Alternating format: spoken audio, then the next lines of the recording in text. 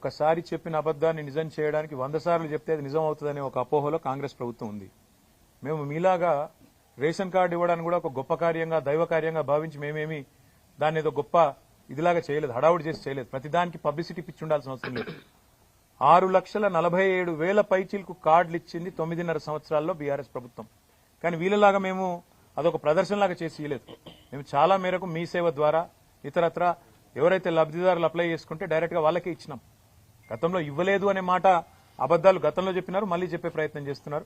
నేను కాంగ్రెస్ పార్టీకి నేను చేసే విజ్ఞప్తి ఒకటే. హిందీలో సామెత ఉంది, నాచినాయే ఆంగం తేడా అని. అంటే నాకు డాన్స్ రాకపోతే కిందేదో నేల బాగాలేదు, అంతా ఒడిదుడుకులున్నాయని, ముఖం బాగాలైతే అద్దం బాల కొట్టుకున్నట్టు. గ్రామ సభల్లో ప్రజలు అడుగుతున్న ప్రశ్నలకు మీ దగ్గర సమాధానాలు ఉన్నాయా? ప్రజలు ఏమడుగుతున్నారు? 100 రోజుల్లో 6 గ్యారంటీలు అన్నారు, ఏమైందని అడిగారు. ప్రజలు ఏమడుగుతున్నారు? రుణమాఫీ సంగతి ఏమైందని అడుగుతున్నారు. రైతు బంధు ₹1 ఇప్పటిదాకా వేయలేదు, మీ ప్రభుత్వం వచ్చినాక ఎందుకు వేయలేదు అని అడుగుతున్నారు. వాటికి సమాధానం చెప్పే సత్తా మీ కాడ లేకపోతే మేమేం చేస్తాం? ప్రజలు ఇంకొక మాట కూడా అడుగుతున్నారు. 1,06,00,000 దరఖాస్తులు తీసుకున్నారు మీరు ప్రజాపాలన పేరిట డిసెంబర్ 23లో. ఆ దరఖాస్తులు ఇచ్చినాం కదా రేషన్ కార్డులకు, రైతు భరోసాకు, మళ్ళెందుకు దరఖాస్తు పెట్టాలని అడుగుతున్నారు.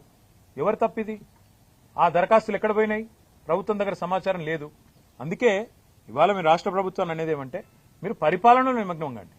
మీరు ఇతరత్ర కార్యక్రమాలు బంద్ పెట్టి ప్రజలకు మేలు చేసే కార్యక్రమాలు, గ్యారంటీల అమలు, వాటి మీద మీరు దృష్టి పెడితే ఈ నిరసనలు మీకు తప్పుతాయి.